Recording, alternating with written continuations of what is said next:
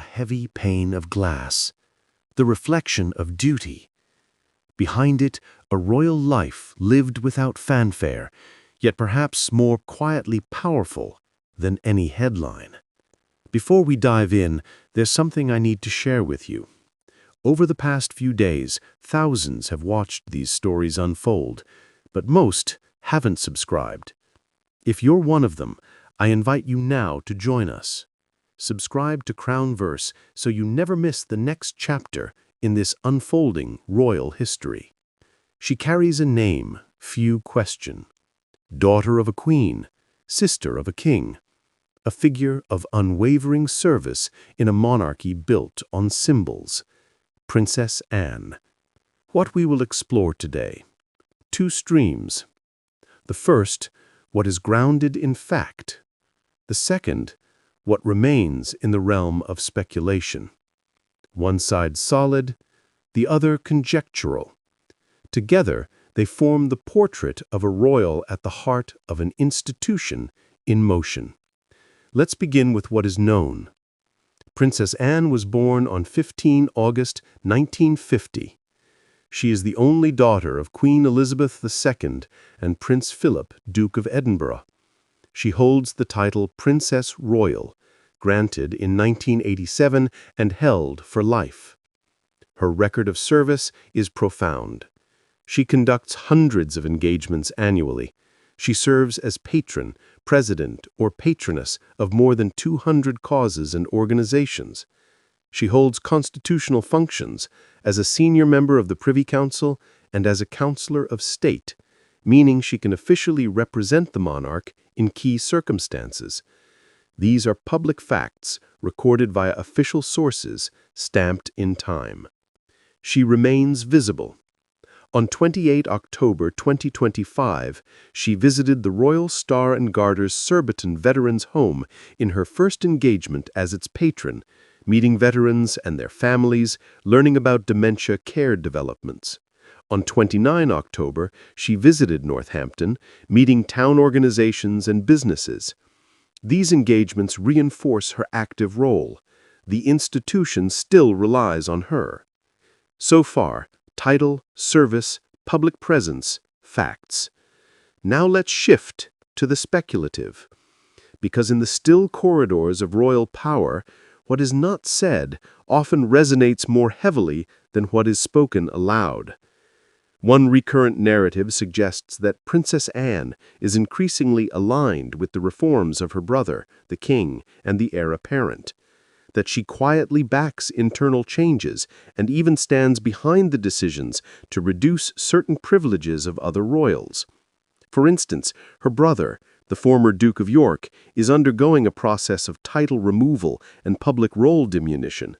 Some commentary suggests she influenced or supported that process. But this remains speculation. There is no official palace document stating she led the decision. No statement marks her as architect or instigator.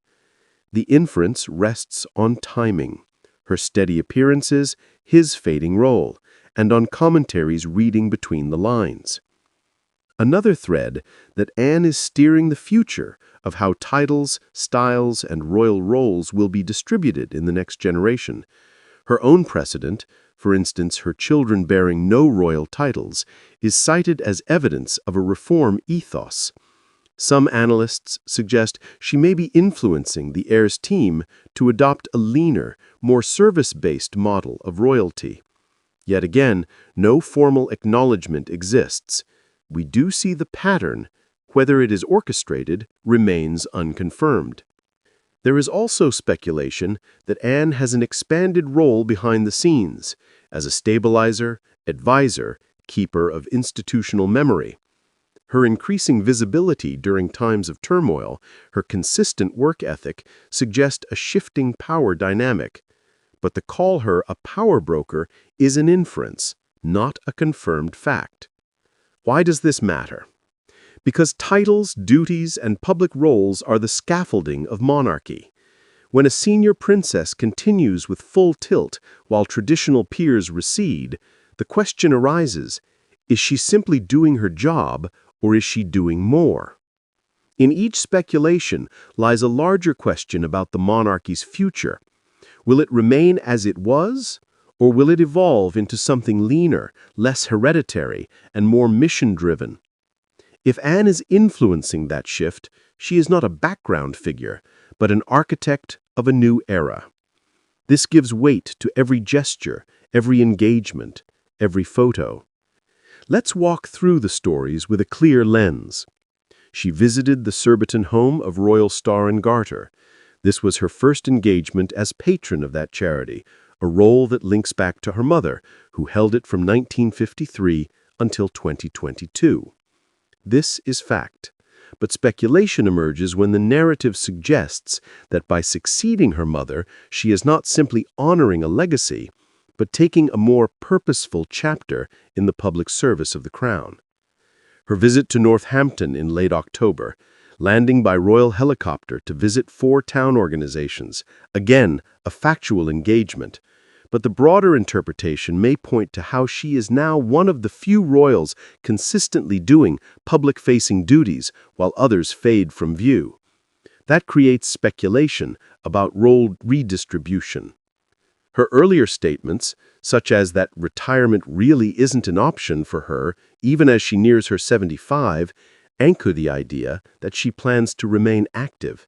Yet, this also leads to analysis that she expects to carry more weight while others step back.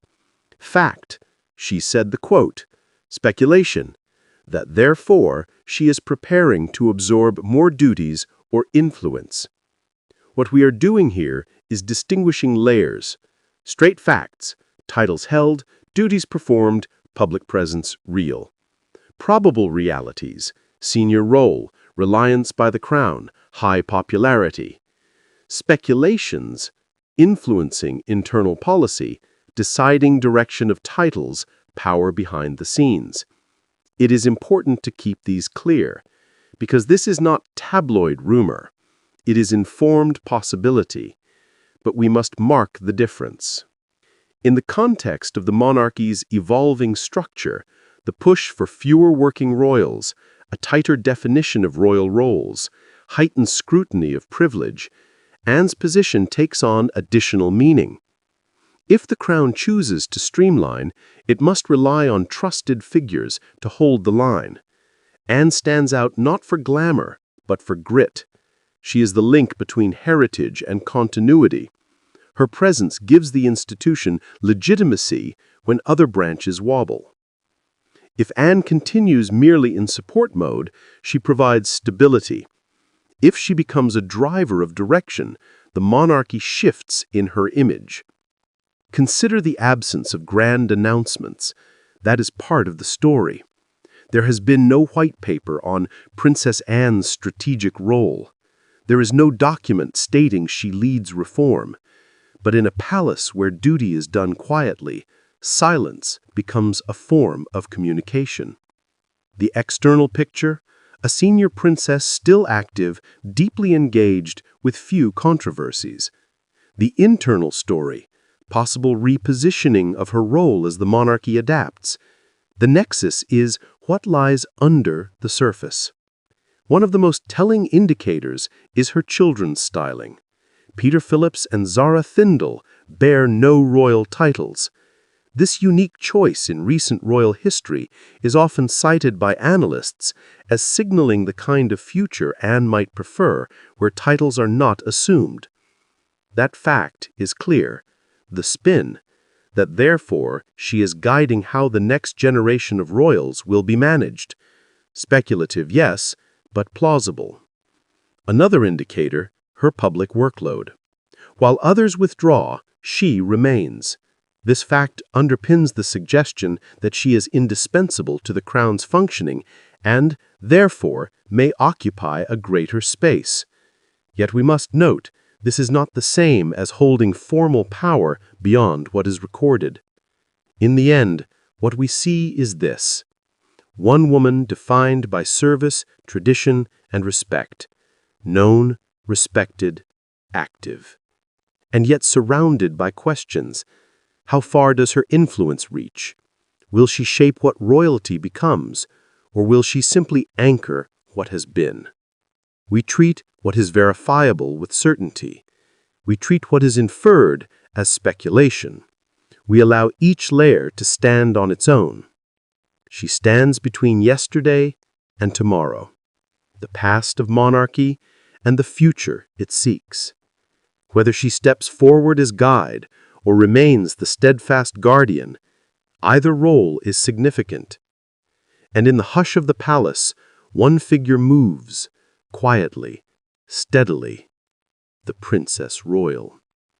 If you found this exploration compelling, please like this video and subscribe to Crownverse, where we uncover the hidden trajectories of the royal family, where tradition meets transformation, and where history is still being written.